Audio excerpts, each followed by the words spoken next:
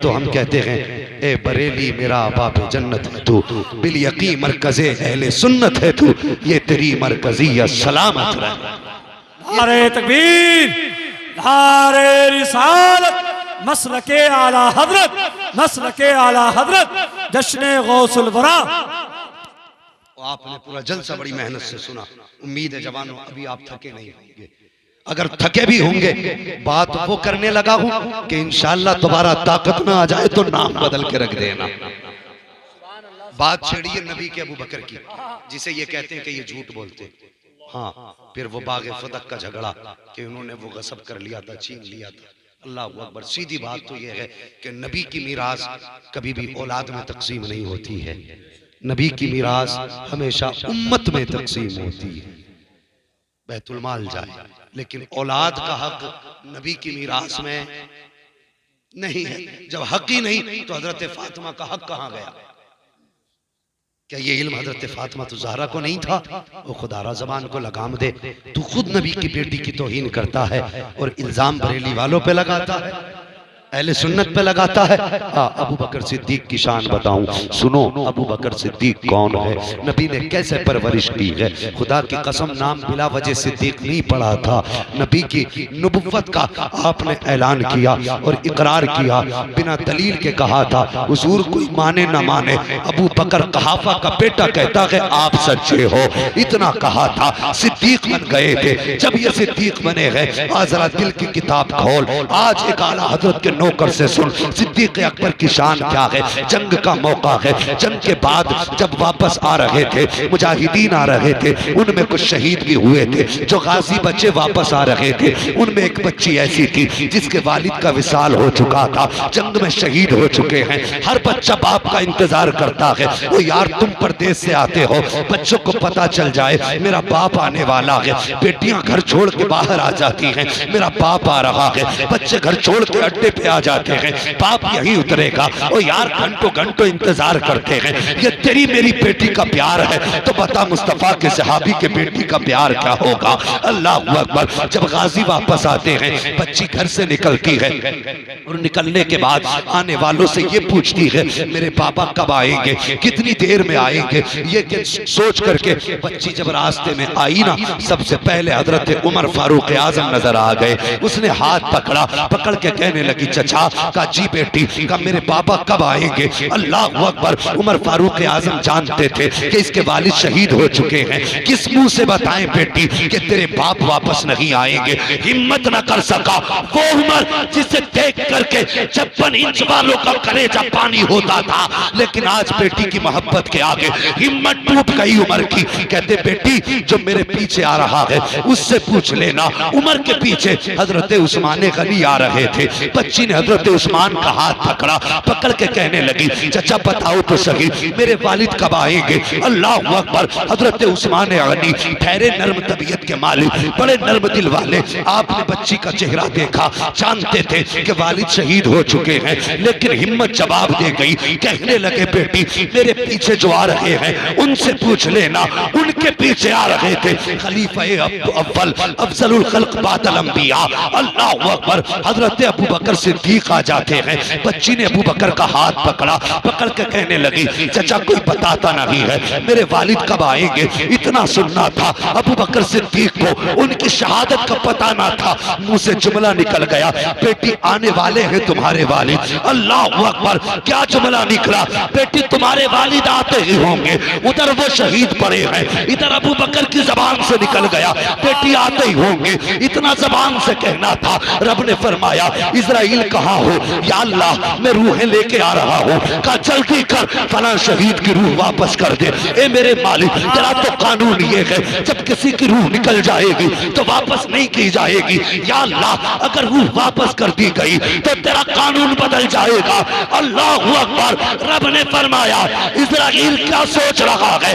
सुन मेरा कानून टूट जाए ये तो गवारा हो सकता है, अबू बकर झूठा हो जाए गवारा नहीं हो सकता। नारे तकबीर, नारे रिसालत, उलमाए अहले सुन्नत, मसलके आला हजरत। नारे तकबीर, नारे रिसालत। अल्लाह अकबर। ये शान है मलकुल मौत आए, रूह वापस करने पर गई, उसमें रूह वापस आई शहीद में, वो अपने घर आ गए और उसके बाद बरसों जिए। ऐसा नहीं घर आके इंतकाल कर गए हो, बरसों जिए। मुझे बता, अगर अबू बकर की जबान से जुमला निकल जाए रब नहीं टालता है, तो तेरी औकात क्या है तू नबी के अबू बकर के खिलाफ भौंक सके? औकात ही क्या है तेरी? अल्लाह अकबर। जानते हो इनकी ये इज्जतें कैसे बुलंद हुई? रब की रहमतें भी कह रही थी, जिसे महबूब सिद्दीक कह दे वो झूठा हो जाए, ये रब की रहमत को गवारा नहीं। अल्लाह अकबर। जब तक बिके न थे तो कोई पूछता न था, तुमने खरीद कर हमें, सुभान अल्लाह, हमें आप भी कह दिया करो ताकि मिंबर वालों को पता चले और सोशल मीडिया के जरिए दुनिया सुन रही है और देख रही है, ताकि ये भी जान लें कि हुजूर से इश्क सिर्फ मिंबर वाले नहीं करते, नीचे बैठने वाले भी किया करते। सुभान अल्लाह, सुभान अल्लाह। नीचे वाले भी हुजूर से प्यार करते हैं। ओ लोगों, मैंने पहले कहा था बात बड़ी लंबी हो जाएगी, हजरत अबू बकर सिद्दीक, बात बड़ी लंबी होगी। मैंने कहा था वो राहिब कहता है मैं चाहता हूं पूरे काफिले की दावत कर, याद है ना? उसने अपने खादिमों से कहा अल्लाह तौफीक देना तो उलमा की दावतें किया करो, ये किस्मत से मेहमान बनते, नसीब वालों के मेहमान बनते, मजबूरी में न खिलाया कर, हुजूर का मेहमान समझ के खिलाया कर। हाँ, खुदा की कसम, हुजूर का मेहमान समझ के इनकी दावत करोगे, अल्लाह तुम्हें मुस्तफ़ा की दावत का सवाब अता फरमाए। मैंने कहा था वीआईपी वो नहीं जो महंगे कपड़े पहन ले, ये मत समझना मौलवियों को खरीदना नहीं आता या इन्हें पहनना नहीं आता। अगर गुंजाइश होती ना, हुजूर के इश्क की बात ना होती, तो अगर तुम 18,000 का कोट खरीदते तो हम 18 लाख का खरीद सकते थे। हाँ, 18 लाख का खरीद सकते थे। लेकिन जानते हो ये लिबास प्यारा क्यों है, ये अमामा प्यारा क्यों है? इसलिए कि इसको निस्बत मेरे मुस्तफ़ा की जात से है, इसलिए हम ये लिबास पहनते हैं। छोटा ना समझ हमें, ये ना सोच, मौलवी की सोच पुरानी होती है। वही 30 रुपए मीटर वाला कपड़ा, मीटर 30 रुपए का है, लेकिन निस्बत मुस्तफ़ा से जुड़ी है, निस्बत मुस्तफ़ा से जुड़ी है। कुर्ता पजामा देख के बताना नहीं पड़ता कौन आ रहा है, देखने वाले मुंह बिगाड़ के कहते कुछ नहीं, ये मुस्तफ़ा का गुलाम आ रहा है। हाँ, वो जवानों, कम से कम इतनी पहचान अपनी बना लो कि अगर कहीं हादसा हो जाए तो आइडेंटिटी कार्ड देखना न पड़े, तुम्हारा चेहरा बता दे मुस्तफ़ा का गुलाम लेटा है, मुस्तफ़ा का गुलाम लेटा है। अब अक्सर जगह जाते हैं नौजवानों के हाथों में कड़े, वो नहीं होते तो लाल पीले धागे, कहां से? फला मजार से लाया था धागा, क्यों? कि साहब बरकत हो जाए। बता, ये आज के मजारों की पावर ज्यादा है, ये गुंबद खजरा वाले आका की पावर ज्यादा है। वो अल्लाह माफ करे, इस उम्मत पे रहम करे, किसी जगह पे तो इकट्ठे 72 मजार निकाल के बैठ गए। शर्म आनी चाहिए हमें, अपनी खेत में 72 मजार निकाल लिए, वो दुकान खोल के बैठ गए। हाँ, बना के छोड़ेगा। एक तो कह रहा मुझे पूरा बगदाद को बनाना है, करबला सामने ना एक पुराना कोई मजार था, अल्लाह जाने बना था कि बनाया हुआ था। उसने कहा जब से ये 72 बने ना, मेरी कह रहा मेरी मार्केट मद्दी हो गई, अब मुझे अपने उस खेत में बनाना पड़ेगा जाके। ऐसा लग रहा है मजार नहीं, इसके अब्बा की चौपाल है, जहां चाहेगा बना लेगा। हम इतने गए गुजरे हो गए यार, जहां चाहा मत्था टेक दिया। और तू तो मुस्तफा का गुलाम था यार, तू इधर उधर मत्थे टेकने नहीं आया था, तुझे तो इसलिए बनाया गया था कि जो तुझे देखे वो तेरे आगे झुकने पे मजबूर हो जाए। हुजूर से प्यार करो, अगर हुजूर से प्यार हो गया ना तो फिर झुकने की जरूरत नहीं है। तो 72 मजार निकाले बैठे, और पीरों को भी अल्लाह माफ करे। ऐसा ऐसा पीर आ रहा, फसलाना पीर, छमाही पीर, सलाना पीर। हाँ, फसल आ गई तो आ गया झोले लेके, हाँ भी कितना हुआ लेके चला गया। बाकी 6 महीने मुरीद ने क्या किया, कोई लेना देना नहीं। पीर ने क्या किया, ये मुरीद को लेना देना। पीर ऐसे तलाश करो जिसकी नजर दिल पे रहा करे। कभी वो कामयाब नहीं हो सकते जो मुरीदों की जेब झांका करते, कामयाब वही होते हैं जो मुरीदों का दिल झांका करते हैं। अल्लाह अल्लाह, दिल झांकने वाला कामयाब है। समझेंगे इस बात पर गौर करेंगे। जवानों ये कड़े उतार दो, कलाइयां खाली करो, चेहरे पे मुस्तफा की सुन्नत सजाओ। हुजूर को कोई एक गाली दे दे तो हम मारने मरने तैयार हो जाते हैं। मैं ताना देने नहीं आया, मुझे खुद इस्लाह की तुमसे ज्यादा जरूरत है।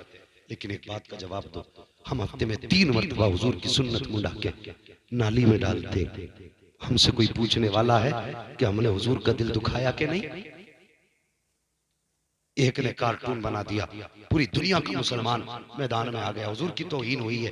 पता जब मुसलमान हफ्ते में 3 मरतबा दाढ़ी मुंडा के सुन्नत के बालों को नाली में डाले तो ये हुजूर की तौहीन नहीं? जवानों, अल्लाह तौफीक दे, चेहरों पे दाढ़ी सजा लो ताकि खुदा ना करे अगर कहीं हादसा हो जाए तो चेहरा बता दे, इसे शमशान नहीं लेके जाना है, कब्रिस्तान लेके जाना है, इसका इंतजार आग नहीं कब्रिस्तान में मुस्तफा कर रहे हैं। हुजूर से प्यार करो, करेंगे इंशाअल्लाह हुजूर से प्यार, बोलो इंशाअल्लाह। ओ यार इंशाअल्लाह ही तो कह दो, मैं जानता हूं अमल तभी होगा जब हुजूर चाहेंगे, जब हुजूर की नजरें गर्म हो जाएगी खुद चेहरे पे दाढ़ी सज जाएगी। हाँ, मुझे भी वो इस्लाह के तरीके अच्छे नहीं लगते कि हाथ उठा भाई, बैठ के कह भाई, खड़े होके कह भाई, मेरे कहने से कौन रखेगा? अमल वही करता है जिसे रब तौफीक देता है। मेरा काम है, हो सकता है किसी जवान के दिल में आ जाए, आज नहीं 8 दिन बाद दिल में असर कर जाए बात, 8 दिन बाद नहीं, मरने से पहले ये बात याद आ जाए। कोई मौलवी आया था, हुजूर की दाढ़ी की बात करके गया था कि यार पूरी जिंदगी तो कुछ ना किया, कब्रिस्तान जाने का वक्त है, दाढ़ी सजा लूं। अल्लाह अकबर, कितनी अजमतें हैं दाढ़ी की। बात रिवायात में तो यहाँ तक आया है, अगर मोमिन कामिल दाढ़ी लेके कब्र में जाता है तो फरिश्ते आते हैं। एक फरिश्ता जब चेहरे से कफन हटाता है अचानक ढक देता है, दूसरा कहता है क्या हुआ? कहता चेहरे पे दाढ़ी लेके आया है, हया रही है, इससे सवाल कैसे करें? चेहरा बता रहा है, यहाँ भी उनका प्यार लेके आया है, वहां भी उनके प्यार में मर के आया। नारे तकबीर, नारे रिसालत, उलमाए अहले सुन्नत मसलके आला हजरत जश्न गौसुल वरा। अल्लाह अकबर। जानते हो राहिब ने दावत कर दी, सारे सबने काम क्या किया जानते हो? सबने माल की हिफाजत के लिए हुजूर को वहीं छोड़ दिया। सब तो खाने आ गए, हुजूर रह गए, लेकिन राहिब की जो निगाह थी ना वो इन पे नहीं थी, हुजूर पे टिकी थी। जब सब आ गए तो राहिब ने कहा कोई रहा तो नहीं? सब कहने लगे नहीं कोई नहीं रहा। कहा और देख लो गौर से, कोई रहा तो नहीं? कहा नहीं कोई नहीं रहा। राहिब फिर छत पे चढ़ा, क्या देखा? वही दरख्त, वही वज़ुहा का चेहरा, वही वल्लैल की जुल्फें, वही माज़ाद की आंखें। नीचे उतरा, कहने लगा बता तो सही उस बच्चे को क्यों छोड़ा है? एक सरदार खड़ा हुआ, कहने लगा कोई बात नहीं, वो यतीम है, उसकी औकात क्या है, हमने माल की हिफाजत के लिए छोड़ा है। गुस्सा आया राहिब को, कहने लगा जबान को लगाम दे, तेरी औकात ना थी मेरे दस्तरखान पे बैठता, ये तो सदका उस 12 साल के बच्चे का है जो तुझे मैंने अपने दस्तरखान पे बैठा रखा। नारे तकबीर, नारे रिसालत, ताजदारे खत्म नबूवत, दोनों हाथों को उठा के ताजदारे खत्म नबूवत जिंदाबाद, नारे तकबीर। अल्लाहू अकबर। कहने लगा तुम्हें रोटी बाद में मिलेगी, बच्चे को पहले लाया जाए। मेरे हुजूर के चचा उठे, जल्दी से लेके आए। ओ यार सुनो, तुमने देखा होगा कितने भी बड़ा दौलत वाला हो, जितने बड़े दौलत वाले होते उतने ही उनके साथी ज्यादा होते। गरीब को तो कोई जनाजे को कंधा भी देना नहीं चाहता, उसकी बारात में क्या मदद करेगा, शादी में क्या मदद करेगा। तुम कभी देखना गरीबों के जनाजे उठे तो लोग कांधा देने भी नहीं आते। अमीर का कुत्ता भी मर जाए तो सुबह से शाम तक भीड़ हो जाती है, कहते सुना कुत्ता मर गया है, सुना कुत्ता मर गया है। क्यों? ठेकेदार का कुत्ता मरा है, नेताजी का कुत्ता मरा है। सुन ले, ये मत समझना कि जिसके जनाजे में भीड़ ज्यादा हो वही बख्शा जाए। हो सकता है बेशक अल्लाह करम से बख्श दे, लेकिन कभी कभी ऐसे लोग भी होते हैं कि जनाजे में कम होते हैं। अमीरों के जनाजे को भीड़ बख्शवाती है, गरीबों के जनाजे भीड़ को बख्शवा दिया करते हैं। गरीबों के जनाजे भीड़ को बख्शवा दिया करते हैं। ये फर्क होता है यार, हुजूर की उम्मत में फर्क न कर। पता चले कि गरीब मरा है, पहले जा और जाके जनाजे के पास खड़ा हो और कह दे या रसूल अल्लाह उम्मती आपका है, गरीब हुआ तो क्या हुआ, निस्बत आपकी है, जाऊंगा बाद में कब्रिस्तान तक, पहले पहुंचा दिया। कभी गरीब के जनाजे को भी कांधा दे लिया करो। हाँ, खुदा रहा तुम तो सोच भी नहीं सकते जब किसी गरीब के जनाजे में भीड़ होती है। जानते हो, मैंने वो गालिबन एक बात बयान की थी, वो कोई बंदा था कि जिसका काम ये था, अल्लाह वाले थे वो, कि वो कब्रें खोद के उजरत लेके कब्रें दे दिया करते थे। उन्होंने जब वो काम छोड़ा ना, तो किसी ने, उस वक्त के वली ने कहा, यार बताइए, तुमने एक जमाने तक कब्रें खोदी, एक जमाने तक कब्रें खोदी, मगर बताओ तो सही कि तुमने